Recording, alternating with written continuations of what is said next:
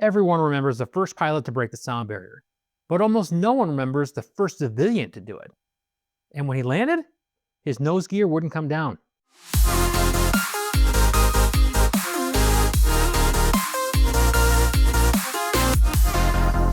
Welcome back to another installment of This Week in Aviation History. My name is Jim, and let's get into it. On October 14, 1947, Chuck Yeager flew the Bell X-1 past Mach 1 and became the first person to officially break the sound barrier. It was one of the most famous moments in aviation history. But just a few months later, another pilot climbed into the same rocket plane and quietly did it again. His name, Herb Hoover. Okay, so Herbert Henry Hoover, no relation to the president, was born in Knoxville, Tennessee in 1912.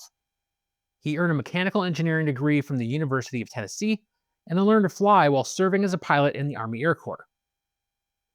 After leaving the military, Hoover flew commercial operations in South America before joining a small government research organization called NACA, the National Advisory Committee for Aeronautics. This agency would eventually go on to become NASA.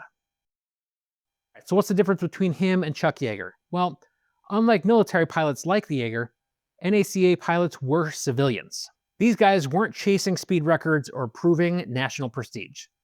Their job was something different. They were research pilots. Their mission was to fly experimental aircraft and to collect scientific data that engineers could use to understand how airplanes behaved at the edge of flight. That airplane looked more like a bullet than a traditional aircraft, and that's because its shape was actually based on a .50 caliber machine gun round, which engineers already knew could fly supersonically. The aircraft was powered by Reaction Motors' XLR-11 rocket engine, and that produced about 6,000 pounds of thrust. So because it burned fuel so quickly, the X-1 couldn't actually take off from a runway.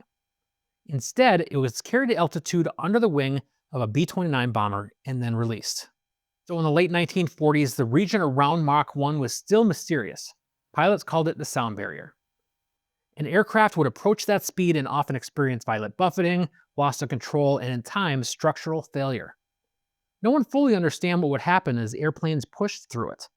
All right, so on March 10, 1948, Hoover climbed into the Bell X-1 at Mach Airfield in California, which today is known as Edwards Air Force Base. That aircraft was then carried to altitude beneath the B-29 and released high over the Mojave Desert.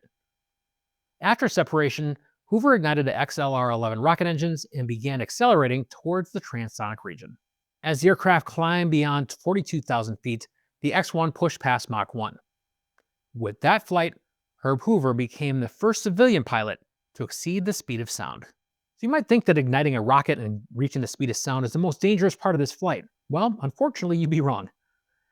The most dangerous moment came after the rocket's burn was over. As Hoover prepared to land on Rogers Dry Lake, the X-1's landing gear failed to extend.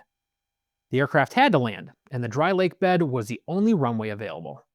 So with the nose gear not extending, Hoover held the nose of the aircraft just off the surface as long as possible during his landing rollout. Eventually, the nose would settle into the dry lake bed, and the aircraft was damaged in the landing, but Hoover walked away safely. So while Chuck Yeager's flight proved that supersonic flight was possible, Hoover's flight and the other NACA research missions that followed proved something equally important.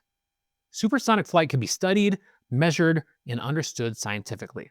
The data gathered during the X-1 program was instrumental in helping engineers understand aerodynamic loads, aircraft stability near Mach 1, and how control surfaces behaved at supersonic speeds. Those lessons would all shape the design of future generations of supersonic fighter aircraft, and eventually, the vehicles that would carry humans into space. Herb Hoover would go on to fly 14 flights in the X-1 research program. His work helped turn supersonic flight from dangerous unknowns into a repeatable scientific discipline. And while his name isn't as widely known as Chuck Yeager's, his contributions helped push aviation into the supersonic age. If you like these little bits of aviation history, make sure you follow the channel, like and subscribe, and tune in next week for another installment of This Week in Aviation History right here on AeroExploration.